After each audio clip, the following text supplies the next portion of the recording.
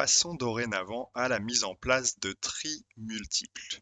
Donc déjà, pour remettre en contexte, un filtre vous permet de modifier l'affichage, donc c'est-à-dire de faire apparaître ou de ne pas faire apparaître certains éléments.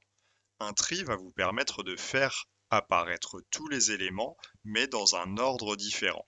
Donc par exemple, si je veux trier les jours de la semaine de A à Z, eh bien mon tableau va venir se trier dimanche, jeudi, lundi, mardi, mercredi, samedi et vendredi. Donc c'est par ordre alphabétique. Donc ça c'est une chose. Euh, Vous pouvez tout à fait venir ici effacer le tri, pardon.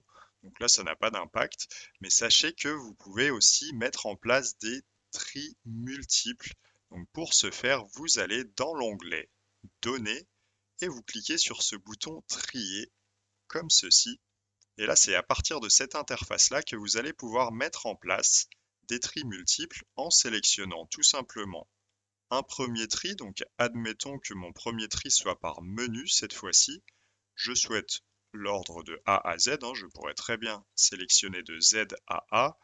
Et ici, on pourrait également par couleur de cellule ou par police, voire par icône de mise en forme conditionnelle. C'est des choses un petit peu plus spécifiques. En général, on souhaite quand même trier des informations en fonction de leur valeur. Donc ça, c'est mon premier niveau de tri, donc en fonction des menus.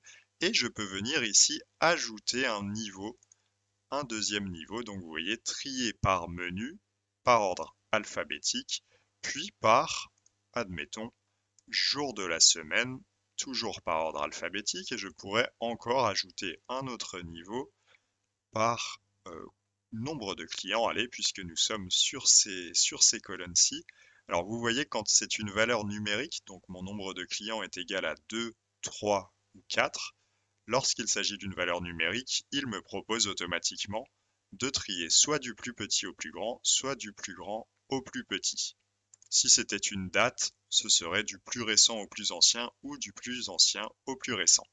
Donc là, j'ai trois niveaux de filtre que je vais appliquer comme ceci. Et en fait, tout mon tableau a été réorganisé pour mettre les menus campagne dans un premier temps, ensuite les menus gourmands, puis les menus nature.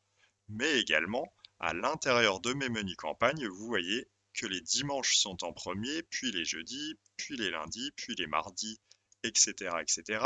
Et donc à l'intérieur de mes menus gourmands, c'est exactement la même chose. On commence par les dimanches, puis les jeudis, puis les lundis. Et de la même manière, à l'intérieur de mes dimanches, eh bien, j'ai décidé de trier mon nombre de clients du plus petit au plus grand. Donc vous voyez, le nombre de clients est égal à 2, se situe le plus en haut, ensuite égal à 3, puis égal à 4. Donc c'est ce qui concerne la mise en place de tri multiples, c'est de mettre en place les tris dans un ordre spécifique. Donc le premier niveau, c'est par menu, le deuxième niveau par jour de la semaine, et enfin par nombre de clients. Donc si je souhaite changer l'ordre de mise en place de mes tris, eh bien je peux tout à fait dire que finalement je souhaite que ce soit par jour de la semaine, puis par menu, puis par nombre de clients. Et si je fais OK, vous voyez qu'il me met tous les dimanches à suivre. Et donc là, il y a l'ensemble des dimanches. Sur tout le reste de mon tableau, je n'ai pas d'autres dimanches. Et à l'intérieur de mes dimanches, il me classe mes menus par ordre alphabétique, donc campagne, gourmand, puis nature. Et à l'intérieur de mes menus campagne, je retrouve ma différenciation par nombre de clients, du plus petit au plus grand. Donc voilà, vous savez maintenant mettre en place des tris multiples, donc mettre en place des tris par ordre sur plusieurs colonnes.